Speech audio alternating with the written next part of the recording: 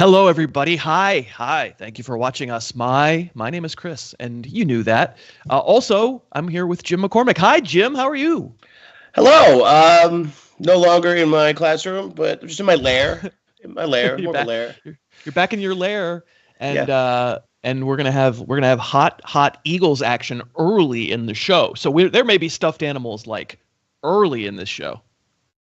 It's possible. I mean, we'll see. I mean, I'm trying to block it with my mask. I have a good amount of coverage. So we'll see. We'll see. We'll see if it All makes an right. appearance. Well, I want to say hi to everybody who's watching us live. And right now, that's a bunch of people, actually. We got a bunch of people here. It's maybe the Blue Sky effect because people are very engaged on Blue Sky and they're here. Hello. Hi. We see you in the chat there. I'm going to say hi right now. I'm going to say hi to Ian and to John and to Kevin and to Stiff Arm and PE and Max and Brian and Kevin. Thank you very much for being here, and lots more people will be watching us after the fact. And hi, and if you're watching us after the fact, we do this live, and if you can make it at 8 p.m. Eastern on Wednesdays, we'd love to see you. We'll interact with the chat as we go along. We're sponsored by DraftKings. I'll tell you more about that as we go along. I guess we can maybe just by way of bragging say that we had, if we're talking about picks against the spread, we did pretty good last week, Jim. Yeah, believe I was 2-0. My best bets. I'm gonna focus on that part. And no, but I'm creeping towards. I can't yet see over the horizon line. People are still describing what it looks like to me. Like you're describing what the sky looks like to me, the blue sky, and I will see it soon. I was 9-3 last week. I went 1-1. Jake Moody owes me money because I had the Niners as one of my best bets, and that should have worked out. But whatever, it's all good. It's fun. We're not here just to make picks, although that's fun, and we do keep track of them. But our job really, our goal is to joke around about the NFL and tell some serious things too, talk about what we think might happen in these games. And we're on week 11. We've got 4 teams on bye, and we're going to start with the Eagles on Thursday night. It's exciting. You get a national TV game for your Eagles for a change. Oh, wait, that happens all the time. They're facing Jaden Daniels and the Commanders, who after last week look a little more mortal. My question, I guess, for you to start this is, like, the Steeler defense is really good. Right. And so I understand how that happened last week. And Jaden Daniels, produced a bad fantasy day, wasn't able to rally the troops at the end. Like he struggled. And I'll just say parenthetically, his struggling is still really good compared to most rookie quarterbacks. What I wanted you to compare is the Eagle defense, which is resurgent, but that resurgent seems to correspond with playing some bad offenses. Do you believe that they measure up at all to the Steeler defense? No, not the Steelers defense. They just don't have that any of that singular stuff. Meaning, even from Cam Hayward, like that developed. Not even talking about T.J. Watt. Yeah. Nevertheless, just kind of like their identity. How I mean, this Fangio thing's pretty new. It's also, like you said, the sample is against just a really bad slew of quarterbacks. I believe it started with Deshaun Watson and has gone through Daniel Jones, and the list goes on. It hasn't been good players, right? So this defense, it's post bye, and there is a switch to a rookie. They went young. They have Cooper, and they have their rookies starting and playing tons of snaps. I suspect it's more to do with the matchup so far. I'd like to see this because, like you said, what I was most impressed with, you come away from that from afar saying, okay, they lost and they've got taken down, but they scored 27 points and they left points on the field. So it's just against a really good defense who is a proven product. So like I'm impressed by it because they continue to kind of like I don't look at that as a bad thing. Meaning, I didn't come away from that thinking any less of this offense. I didn't either. I think that's a great way to say it, and I'm with you. I think so. Like for a month, we were complaining about the Eagles' defensive scheme. You're one of those do what you do teams, and everybody knows what you're going to do, and everybody's moving the ball against you, and I think probably it's a little knee-jerk to look at the results against some bad teams and some bad offenses and some bad quarterbacks, as you said, and decide, oh, actually, Vic Fangio is great, and I love everything he does, and what a scheme. We'll see. This is a much better offense than they've been playing lately, and if they get eviscerated again like they were earlier in the season, we're going to probably have our answer. Yeah, the narrative right now, like locally, is like that's a slow cooker, and now it tastes good. At first, the chili was terrible, and now that there's enough cumin in it or whatever. Vic's like a guy who just goes in and sprinkles something. Like, what do you put in there? And he won't tell you. It's probably it's part of the grass from his high school football field. It's disgusting. But here's the thing: the real thing, my real thing is, I think it's about both. Meaning, I do think the young players are playing better. So it's interesting. Like, I'm not bought in that it's a trend, that they're good, but I'm also not. I don't think it's actually fraudulent yet, and that's why this is an interesting taste, especially on a short week against a good player. Yeah, it's good. Yeah, I think probably both things can be true. I agree. Those young players in the secondary have started looking better. I see Max in the chat said, "Is Brian Robinson playing again, or is he on the T. Higgins plan?" We don't know, obviously, recording this on a Wednesday night, but the fact that he didn't practice last week, Brian Robinson, and did practice apparently on Tuesday and Wednesday makes you think he's playing so far. So if that changes your opinion of this game, which he's a good player, I'm not sure. I think he's like a line mover, Brian Robinson. So the Eagles are favored by 3.5. It's a line that's begging you to take the Commanders, obviously. Oh, they could keep it within a field goal. And I wonder which way the stuffed bear is going to go. Stuffed bear only points one way. Points to the blue sky, okay? And what's going to happen is, regardless of all my analysis, they're just going to win. I think this scares me the most is whenever I just want to knee jerk and just be super boomer and be like, young quarterback, short week, turnovers. That's not the thing with this guy. He's really good. I really think where it's going to come from is that Washington can't stop the run, and the Eagles can do that. Like, I don't believe in the Eagles passing game. It's like a home run hitter and then a bunch of strikeouts, but sure, they really can run, and I think that's what's going to happen. So I'm giving the point. I am going to give them also, but I don't feel strong. It's not like a strong feeling for me. I have so many lines that I got like within a half point of the actual line that I'm having a hard time finding best bets. So I got to be on a side for these games, but I set it at 4 and it's 3.5. So it's like, wow, what an edge I've discovered in this game. I don't. It's comeuppance week. It's really not, but it's just fun to say it. So it's comeuppance week. All right, well, Eagles win this game, and things order gets restored a little bit.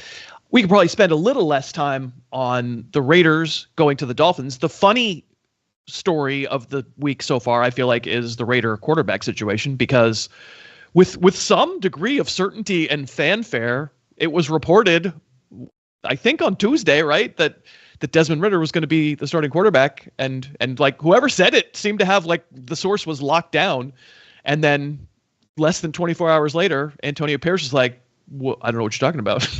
Yeah, there's like Vic Taffer who's lives at the facility. So it's yeah. Like he was clearly told that Desmond Ridder was playing, and the Raiders maybe are judging this stuff by fiat, where enough fans go, "Wait, you're doing what?" And they go, "Oh no, we're just kidding." So it is going to be Gardner Minshew, and the Dolphins are 7.5 point favorites at home, coming off a very good win in Los Angeles here in front of a lot of Dolphin fans against the Rams.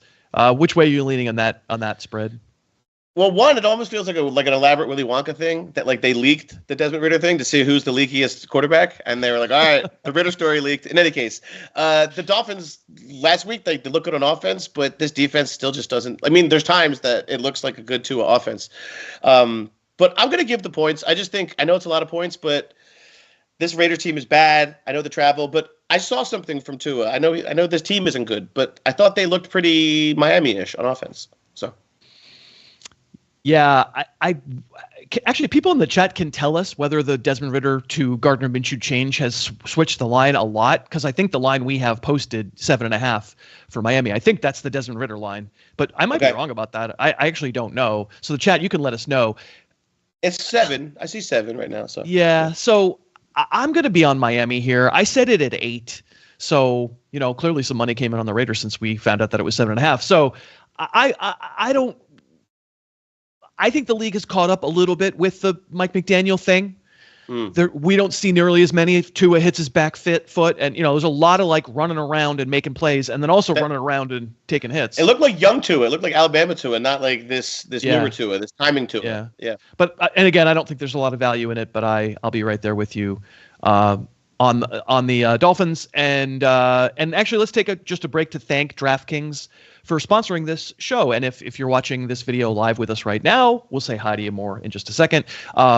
or if you're watching us after the fact, which more people watch this after the fact, thank you for being here. We really appreciate it. And the reason it happens is because DraftKings pays to sponsor this show. And so if you are looking for a place to play the games and you believe in our takes a little bit and you want to give it a shot and you've never downloaded the DraftKings app, it's just the sportsbook app that you can get anywhere, download it.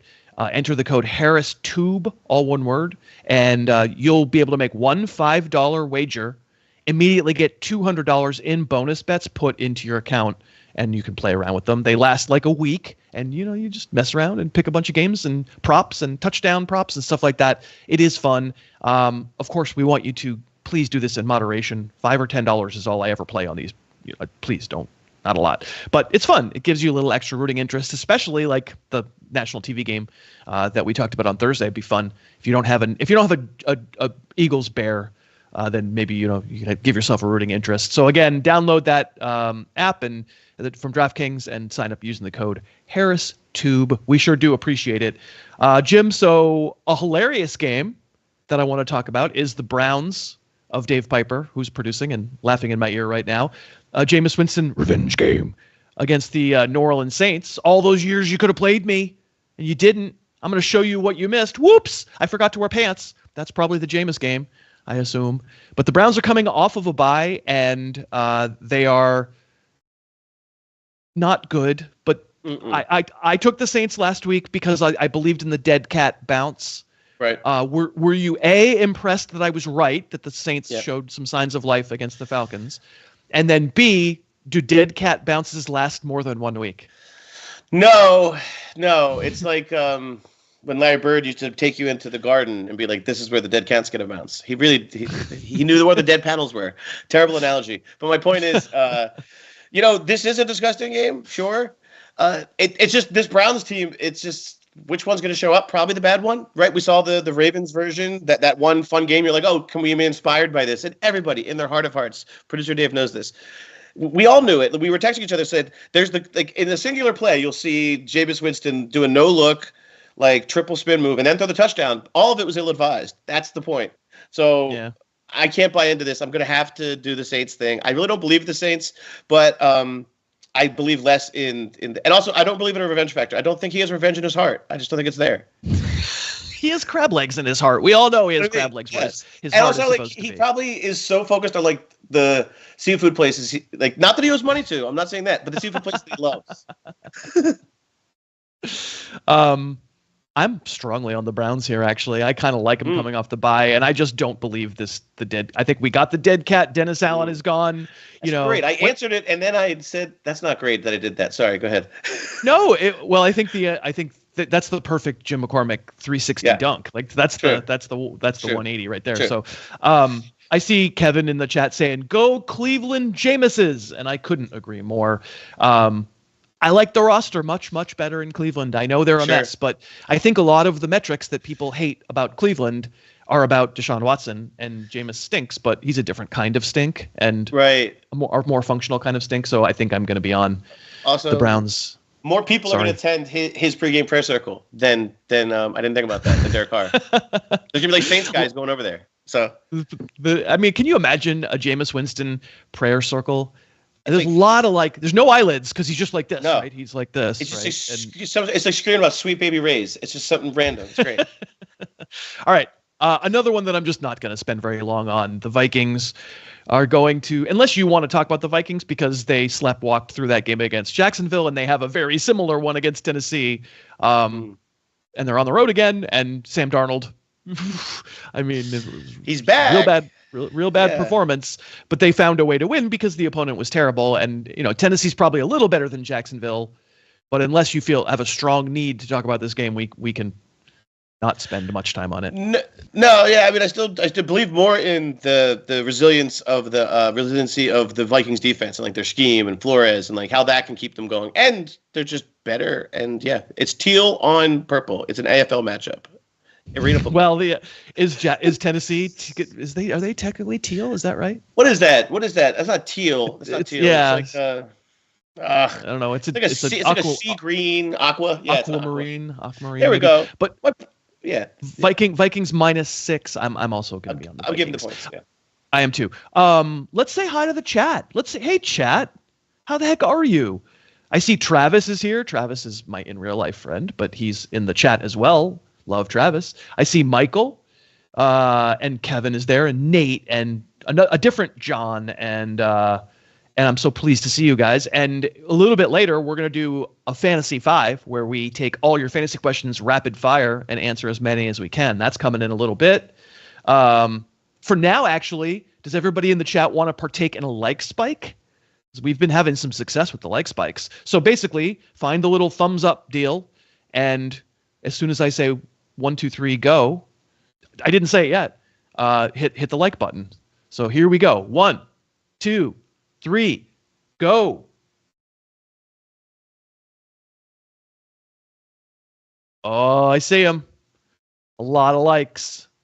A lot of likes. I appreciate it. We think this maybe helps us get more discoverable by the algorithm so that other NFL fans will like this show. So many, many likes. We do really appreciate it. Thank you so much.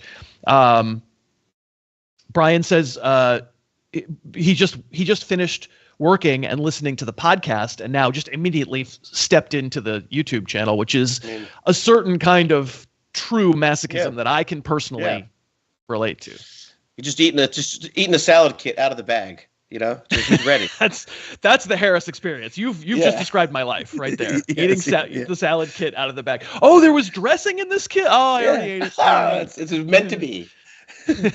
All right, let's keep going with the Week 11 previews and talk about Anthony Richardson. Speaking of reversals, he's back in the good graces again. He's now going to start for the Colts against the Jets in New York.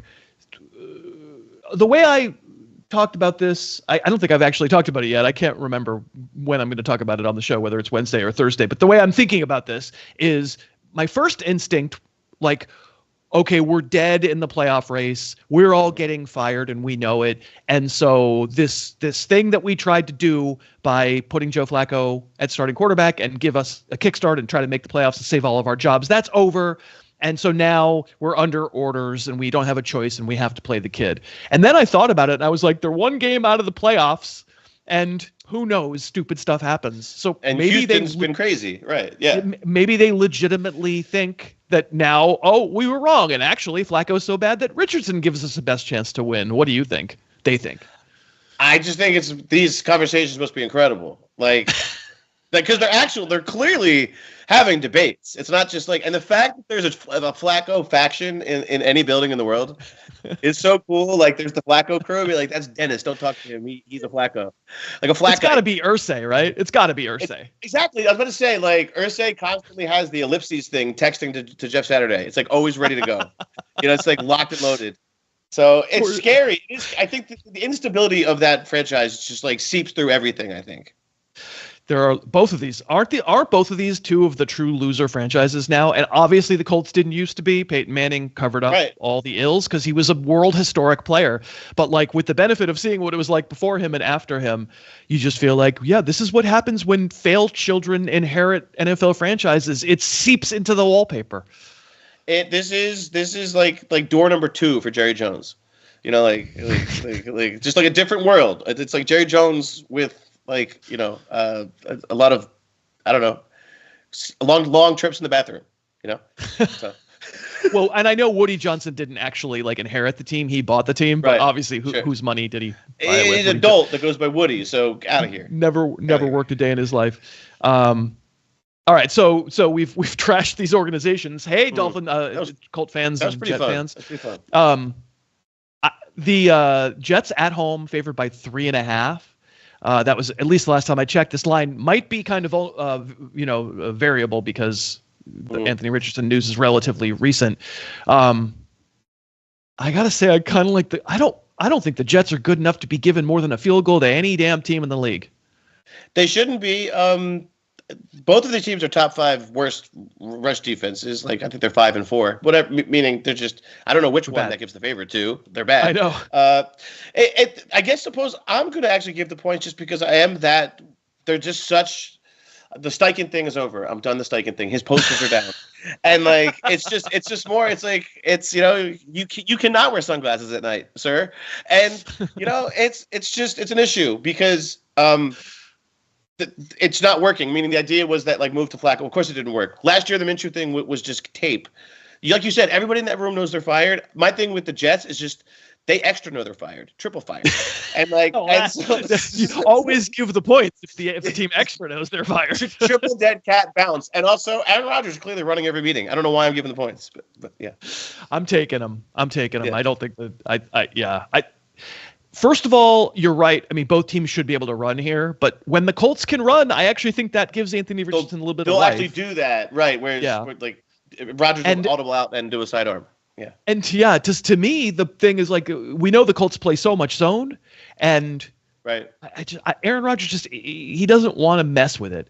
I could throw it in that 6 yards. Yeah, I could throw it into the tight window, but 6 yards is easier, and then I don't get hit. Yeah. And I think it's a close game. Basically, I don't think the Jets are good enough to give the half. The half is the scary part. I agree. So, but still, it is scary. All right. Let's keep going. And we actually had, and I don't remember who it was in the chat. It was a while ago. Let me see if I can scroll way up. It was Jonathan. Jonathan Yount said, "What is going on with the Packers-Bears line? It was 6, then 6.5, now down to 5. Very strange. Did I miss something with Green Bay?" And then we checked, and as of our recording this, it's back up to 5.5. So it is certainly... There's a lot of action on this game. It is certainly bouncing around a lot. So I'll get to your pick in just a second, but like the Bears have a good defense, and you've convinced me of that. And like sometimes you just can't tell because the offense is positioning. Right. Yeah, just that bad. So I'm scared. I'm scared of a huge road dog in general. I mean, a road favorite. I'm scared of giving a lot of points to a team on the road. What I want to know is what's the world where the Bears can score any points against anyone, let alone a Packers defense that I think we both agree has gotten kind of feistier than we expected. Yeah, I mean, we just talked about two teams that are like ripcord and like everybody's like trying to basically, I guess, just like grab utensils and stuff and like throw in their car. You know what I mean? Like they're just trying to like get something out of this experience. This situation is even worse in the sense that like they're firing people sequentially every week. It's just like, all right, now you're out. But I suppose like it's a double bounce. But I suppose like last week, I forget what the data was, but it was one of the worst Bears offensive performances ever. Like by EPA, by everything, they just couldn't do anything. And it looks against the Patriots. Exactly, and it looks so. I don't know. They just look at so much regression. Like it just looks like that. Those really bad takes. If you watched USC last year, it looked like running around and guessing. My main point is this can't be solved right away. This isn't a fire the guy solve it thing. So I'm going to continue to give the points. I don't like the road dog thing, and I don't like a mucky road favorite. Game. Yeah. Road favorite. I'm sorry, and I don't like the mucky division thing because this division is a punch you in the face division. But guess what? They're a mess. I don't know if they can score 6 points, never lose 5.5. Like so. That's what I feel. I feel the same way. It's you said it so well, and I wish I thought of it. You just said it so well. Run around and guess. That's exactly what it looks like. It looks like run around and guess. I don't think Caleb Williams is some unsalvageable bust, overblown prospect. He's got an ability to escape pressure that is unique among veteran quarterbacks who are in their athletic prime. Like he escapes as well as Lamar Jackson escapes. He doesn't run downfield as well, but like he is that gifted, and you can work with that. It's just obvious they're not. It's like all he's doing too. It's just like they just said, "Here's the ball, kid." And it's just like, Moose Johnston did that game last week against the Patriots, and he said early on, "Why aren't they running just 3-step drops? Get the freaking ball out of his hand. He's under." Sure. He got sacked 9 times in that game. Where's the play caller who says, "Gosh, they're playing a lot of man, but we can beat that early." And DJ Moore beats man coverage early in a down. How is the 3-yard slant not on your right? But everything seems like it's keyed for Keenan Allen too, like it's some time machine. So it's just a very strange. It's a very strange priority system. It's very, very weird. I'm looking at the comments on the Bears. Big Fudge says looks like a Baker line. Max. Yeah. Kevin says the Bears offense was so bad and backwards. Is as simple as just call the plays better and use the wide receivers better? Maybe, but you would think if this staff was able to do it, they would have done it even with the Shane Waldron's not stupid. He's a McVay guy. Like, I don't know. I think I think it's the next staff, honestly. I think it's the next staff. Sorry. Yeah. Ian says they need to get back to the ground game. John says bring Ditka back. And I think that's, does anybody know my Mike Ditka story? Should I just take a second out of the show and tell my Mike Ditka story? What do you think? Mm-hmm. Yeah. Should I tell the Ditka story? I don't want to light the guy up. He's a very nice man. So that I used to work at a place where you still work, the ESPN. Yeah. I worked there for 8 years. And for the last 4 or 5 of them, I would go down every Sunday. I would do the car wash, as they call it, which is the TV car wash means you go on every show. You're on this one for 5, you're on this one for 10, you're on this, and you go through every studio. It's like doing a car wash. And then I needed to watch the games, so I would stay at kickoff. I would go downstairs, and I would go to the war room. Have you spent a Sunday in the war room? I have, yeah. It's a very interesting place. There's people where they sit. It's very interesting. It is. There is a unofficial seating chart, and it's a high school cafeteria. You are allowed to go as forward as your seniority allows. And if Keyshawn Johnson, who worked there, I was in row 4 for the first 2 years, and then I was in row 3, and nobody said anything. Suddenly I'm next to Keyshawn. I'm like, hey, how are we doing, Keyshawn? Chris Carter was there a lot. Tom Jackson, Chris Mortensen passed away. Rest in peace. And of course, up in the middle, Chris Berman. So there's lots of stories in this room I'm not going to tell. But the Mike Ditka story is that the last 2 years I got promoted to Ditka's row, so I was next to Mike Ditka. He was always on my left, and Keyshawn was always on my right. That was where we sat. And Ditka, by this point, this is 10 years ago, was an old gentleman, and he's even older now, so he's probably not coming back to coach. And I have a very good friend who's a Bears fan, and I would say, hey, Mike, can I take a picture of your Super Bowl ring? Which, of course, he wore every single Sunday. So I would take a picture every Sunday and send it to my friend. And oh, my God, every Sunday. He was so happy to get it. And Mike walked around with kind of a man Friday who was about his age, but just was more on the ball and could get him where he needed to be. He was his personal assistant of some kind. And we would sit there, and this is early games and late games. And Mike Ditka fell asleep by halftime of every early game. He would sit there and be right next to me. He never flopped over on me, but he snored through 5 hours of football, 4 hours of football, I would say. And at some point, his man Friday would get him up, and he wouldn't make it through the second game, and they would go to the hotel or whatever. But without fail, those last 2 years, Mike Ditka sleeping on my left. That was Josh Rosen's problem too. That's good. Yeah. Kevin said, LOL, Chris, it was the 85 Bears. Yes, I did. I definitely remembered. I kept saying 86. What, 85, 86? I kept saying. I couldn't remember. The Patriots, all right. You know that. Yeah. I should have, but I was a kid. All right, we're moving on to those stupid Patriots. They win, and they get to face a Rams team who, speaking of offenses that the league seems to be figuring out, maybe it's just the McVay tree, because the Dolphins' defense isn't supposed to be that good. Now, I will grant you that the Dolphins got some guys back healthy for that Monday night game, and maybe that had something to do with it. But without a lot of turnovers, Kyron Williams' fumble was big. The Matt Stafford interception it was deflected. It wasn't really his fault. Without a lot of, just with a lot of red zone problems and a lot of kicking field goals and stuff, on a scale of 1 to 10, how concerned did you feel coming out of Monday night about the Rams offense? Probably it's not super alarming, like a 6.5, right? Okay. 7. But maybe it should be higher, because I suppose there is a continuous issue, which is they don't have a center. They brought Jonah Jackson over. Apparently, the thing is that he wanted to play center, apparently. So they signed a guard to play center and paid him $1 gajillion. My point is this. They're having issues with the line. Stafford's I think only Levis and I forget, 2 bad players have a worse quarterback rating under pressure. This is not Stafford's pressure year. There is something to be said about how they don't match up. His style, his want to wait, his side-to-side tennis stuff, versus his ability to want to wait for the play isn't matching well to me with the line. They can't protect him. That whole plan this year was to have the biggest line in the world. It's not really working. So I'm more concerned with the timing than I am with anything else. And also, 4th and 4, just take away McVay's phone or whatever it is he's doing. Just take over it. Somebody take over it. He's so bad at that one thing. So many times you go, oh, okay, just take the points, and no, you're supposed to be some 23-year-old with a spreadsheet upstairs is going, you have to go here, you got to throw it probably deep. Yeah. It's one of those fancy tables that lights up in a fire and it talks to him. You know what I mean? Like he's always taking one of those pictures. It's like him and Cliff Kingsbury, always in a marble patio.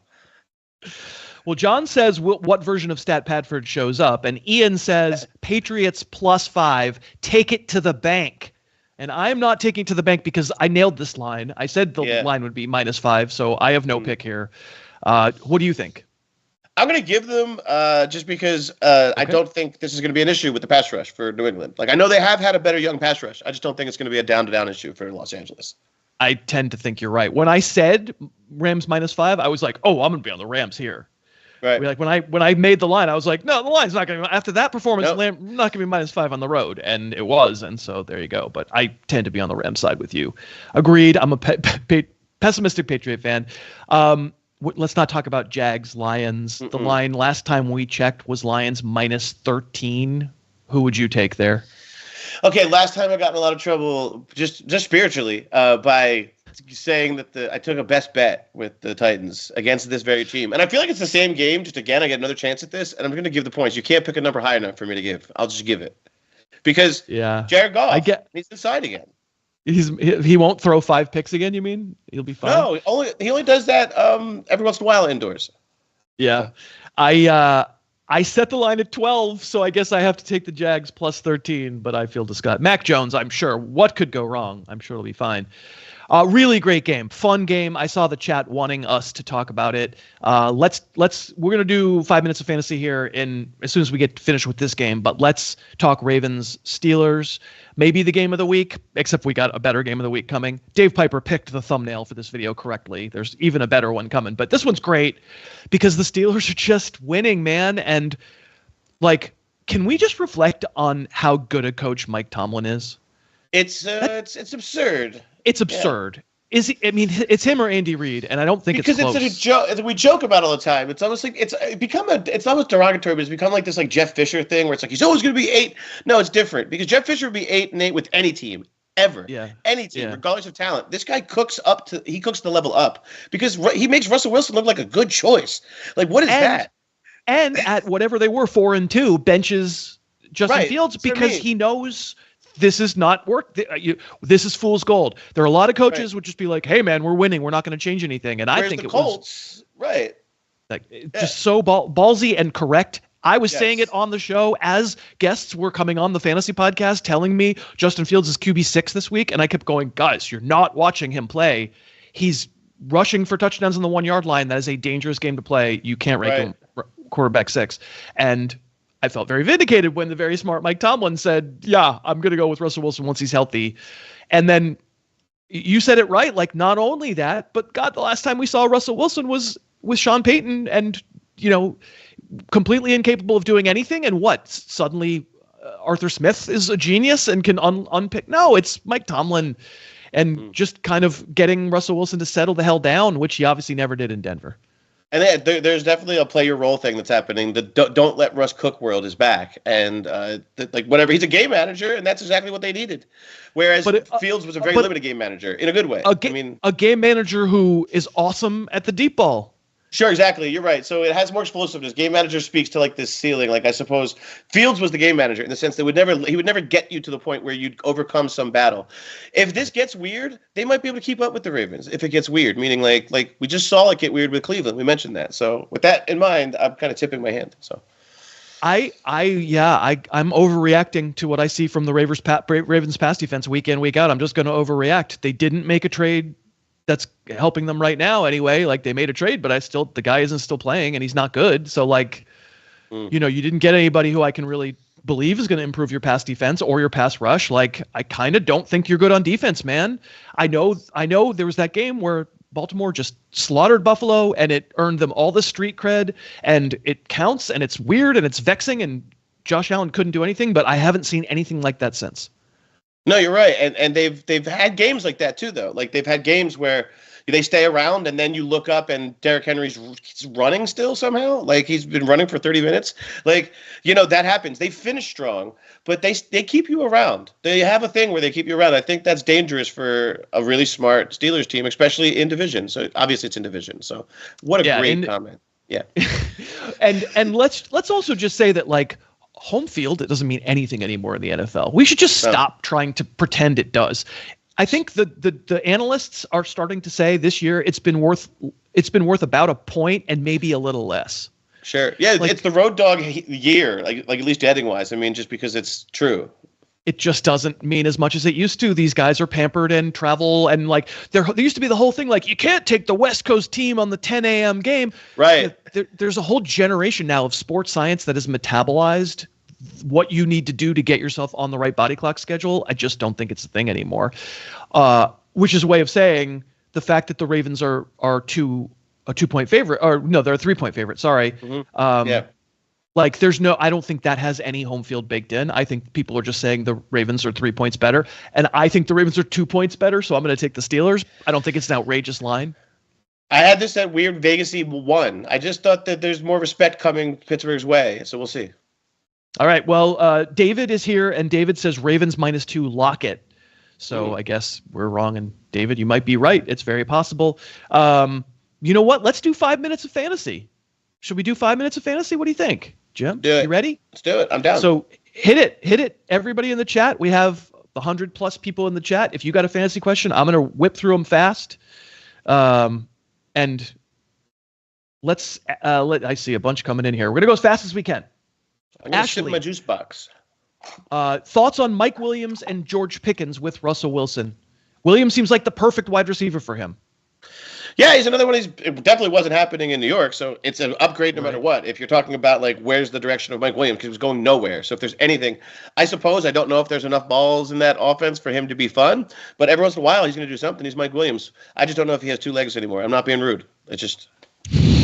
I think we're going to do a trade deadline special on the podcast on Friday. I think Pickens might be a sell for me because I think you're. Like only if people are really like considering him like, wow, he's Jamar Chase. You know, he is that dude. Right. You know, he's like, I don't want to get rid of him he's for the nothing. Guy. But like, if I could get Josh Jacobs for him or something, you know, just off the top of my head, like I would do that. But yes, I mean, I think it's a good situation. All right, Stan, I haven't heard much about AJ Brown. How do you feel about his prospect? Seems like he's been underperforming. Yeah, I did. Yeah, what are you talking about underperforming? Yeah, I just had 106 yards. Yeah, dude, I just had like 106 yards. I mean, I'm a monster. You know what I mean? I'm chewing raw chicken for you. What do you mean? I'm AJ Brown. Go Birds. Seriously, though, AJ Brown's amazing. It's just that the passing offense is just literally just trying to hit triples and homers. There's no sustainability to it. It's Saquon Barkley. Wait till he hits a 40-yard, run, and then wait for AJ Brown to destroy somebody on a one-on-one play. That's so. Unfortunately, if he was with a Joe Burrow, he'd be wide receiver 1 probably. So yeah. All right. Michael asks a single position rank question that it's Jordan Love, Justin Herbert. Not only Michael, I mean, I know Michael forever. Michael's awesome. Michael knows I have ranks. We probably aren't going to do that conversation here, but listen to the podcast today because we had the Justin Herbert conversation with Jeff Bell on the show. So check out that. You'll get a lot of insight there. I lost where I was. James says, what sort of range do you think a CD Lamb and Najee Harris package would be able to get in return? I mean, the fact that Lamb's involved, I understand that things are bad right now, but I would just shoot for the moon. I mean, you're not going to get an awesome thing because the Cooper thing. So sorry. I just don't think you should be selling CD Lamb. I think if anything, you're not going to get buying CD. You're not going to get anything. So unfortunately, I think you're just going to have to ride it out a little bit. Get a good game. Maybe this week you get a good game. Right. Mick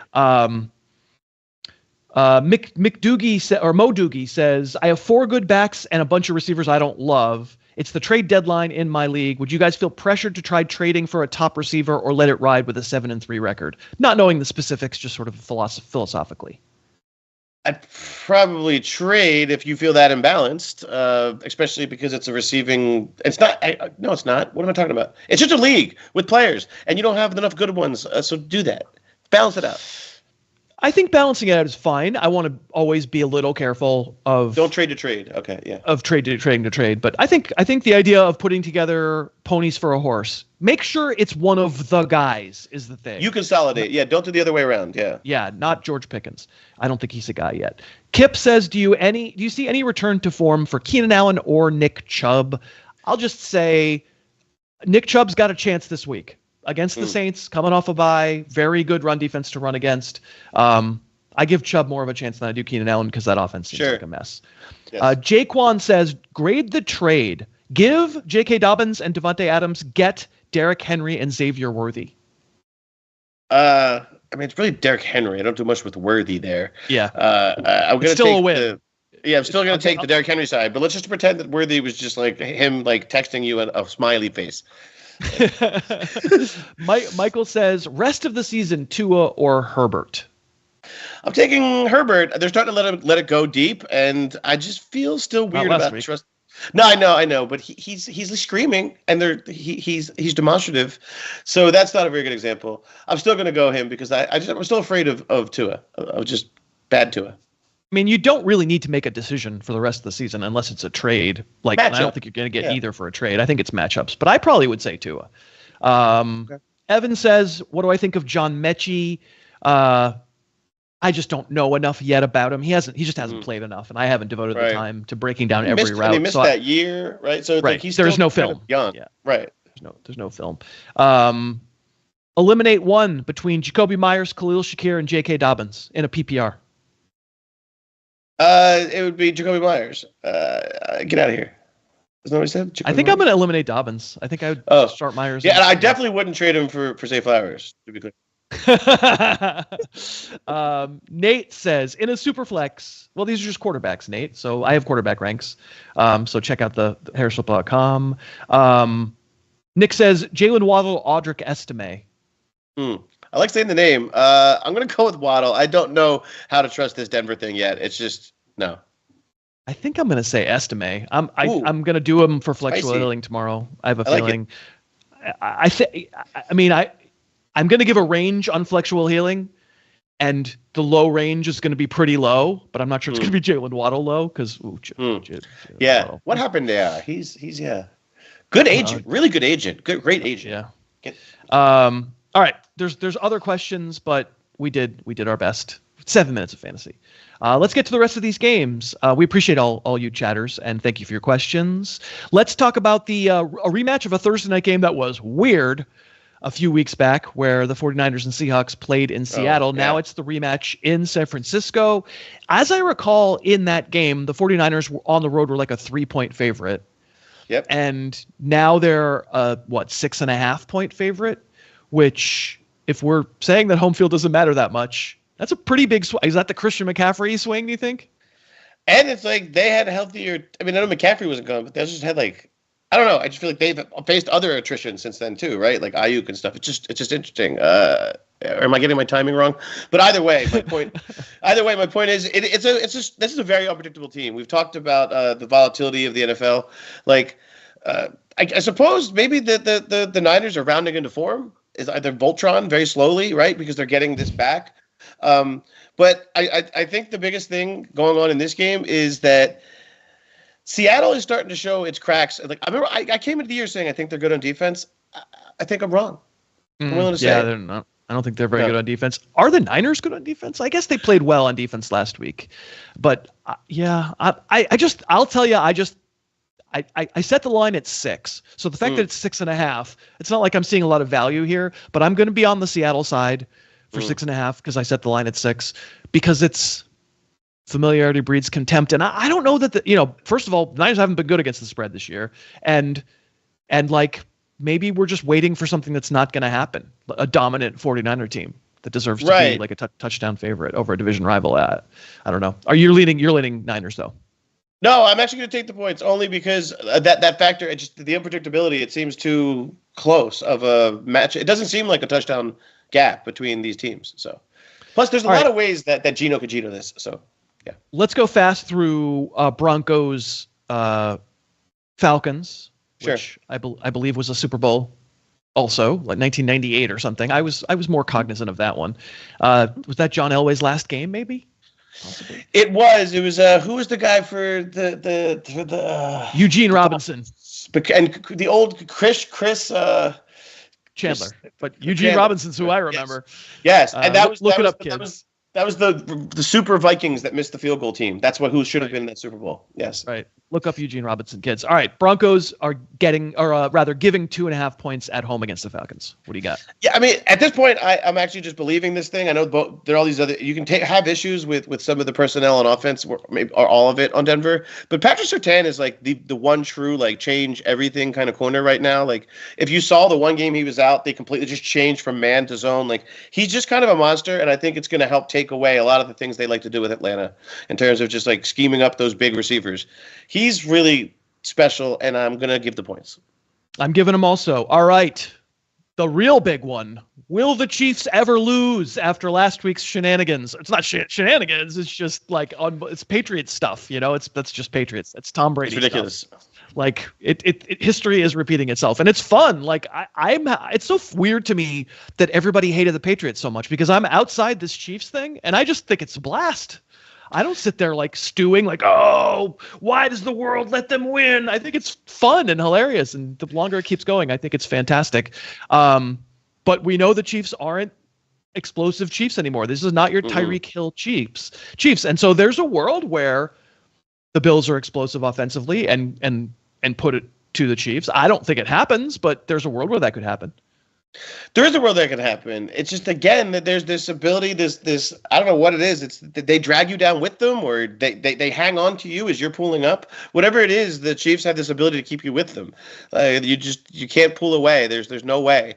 And that's what's so interesting about it. Just, I love the NFL. That like an 8-0 team is a dog, and like, but it makes sense to you. It doesn't feel strange that it is because they've been lucky to win a bunch of these games. Sure. The way that Brady was lucky to win a bunch of these games. Yeah. Right, and and it's interesting you say that because there's so many times that it took us, at least from the outside, really late into those Patriots seasons to be like, oh wait, they are one of those Patriots teams, because they don't all feel the same. Some of them are dominant and lean on you the whole fight. Other ones are just like, dude, you're still going to lose. It's just not going to be how you think. And that's what's happening here. You're going to lose on points, or you're going to get, you're not looking. It doesn't look the way you want it to look. But it's a dynasty, and I hate it. I know you're saying enjoy it. No, because I was part of the losing, and I don't like that part. I really like it. I think they're super fun. I think Patrick Mahomes is amazing. No, it's good for the league. It's good for the league. It is. Andy Reid's great. I don't really root for them per se, but like when that field goal got blocked, I was watching it live. I leapt off the couch. My back was hurting me. I leapt off the couch and cheered. I was like, oh yeah, that's unbelievable. Yeah. Like, so you can tell where my heart is a little bit. Some genuine, that's good. Right. And it's Patrick Mahomes as an underdog, so you're telling me it's Bills -2. I'm taking the Chiefs. I'm going to take the points too because it's real. All right, I don't know what they're doing to the chili, but it tastes good. All right, let's do one more like spike. We got 2 more games, one more like spike. Everybody hit their like button if you haven't done so. If you're just getting here, hello, welcome, thank you for being here. Everybody hit their like button on this video in 3, 2, 1.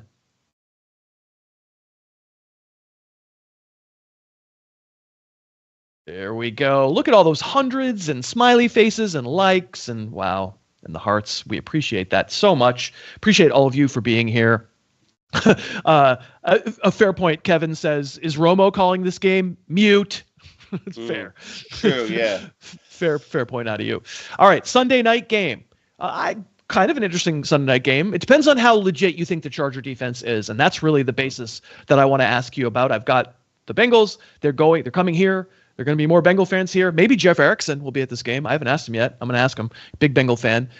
They'll be facing the Chargers here at SoFi. My question to you that I wanted to ask is, you don't have an answer for this because nobody really knows yet. Only time is going to tell us. But how much do you believe in the Charger defense being real through, Harbaugh grit? It's the same defense. They didn't add that many new pieces on defense versus they've just kind of been going up against a world historic row of tomato cans at opposing quarterbacks.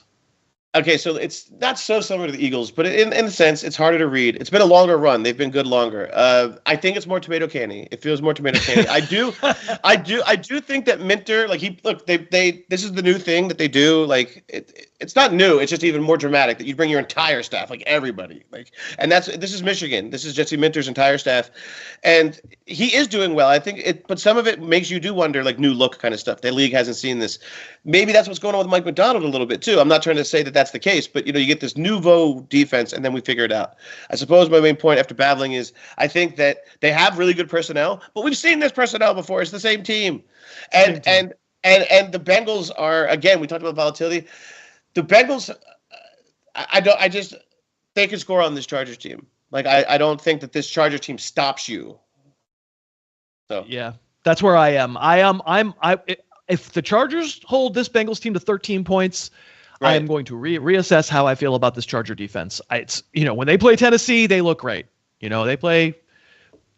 Arizona's a pretty good offense, and they held Arizona in check pretty well. But I think you can throw on the Chargers, and I don't think that Arizona was also really a strange. Doesn't that game really reduce? Weird game. Yeah, All right. Well, so sounds like we're both going to take points here. Cincinnati plus 1.5. Yeah. Yep.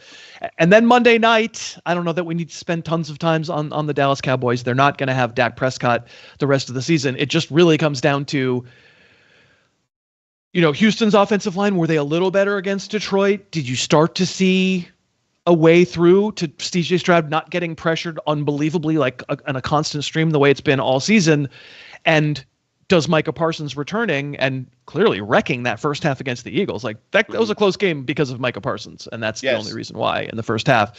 That the tension in this game is, does Micah Parsons put the kind of pressure on that everyone's put on against Houston, and does that wreck it? Vegas clearly doesn't seem to think so because they're making Houston a 7.5 point favorite on the road. Yeah. They don't believe it, and I also wonder how much of this is somewhat of the Bears line, where it's is this offense so bad right now? That offense looks so bad last week, that Cowboys. Yeah, offense. That's fair. That's a good point. So I just wonder, I wonder if they think that they can't even get the car in first. That these guys just are stalling out. But at the same time, the Texans have their own issues, right? You talked about it with the leaky line, and so there is one path to this. It's a narrow path. It's Micah Parsons just being Micah Parsons. He's a world wrecker. I suppose I don't think it's this isn't a take on the game overall, but I suppose I don't think that the Texans are going to allow that to happen in a way. I think they're going to be boring and run all over this team, which is what you can do. We saw it last week with Philly. I think this team has that dejected, we're all fired feel. They should. And it's not even fun as a Cowboys hater. This team is just hurt, and they also came in. He said it. All right, real quick. Jerry Jones said, "I'm not living in the past." He said the thing. He said the sentence. He said, "I'm not living in the past with Ezekiel Elliott." It was so cool. It was so nice of him to say that. What part are you living in? Where are we living? What are we doing here? Houston minus 7.5. I'm taking the Texans.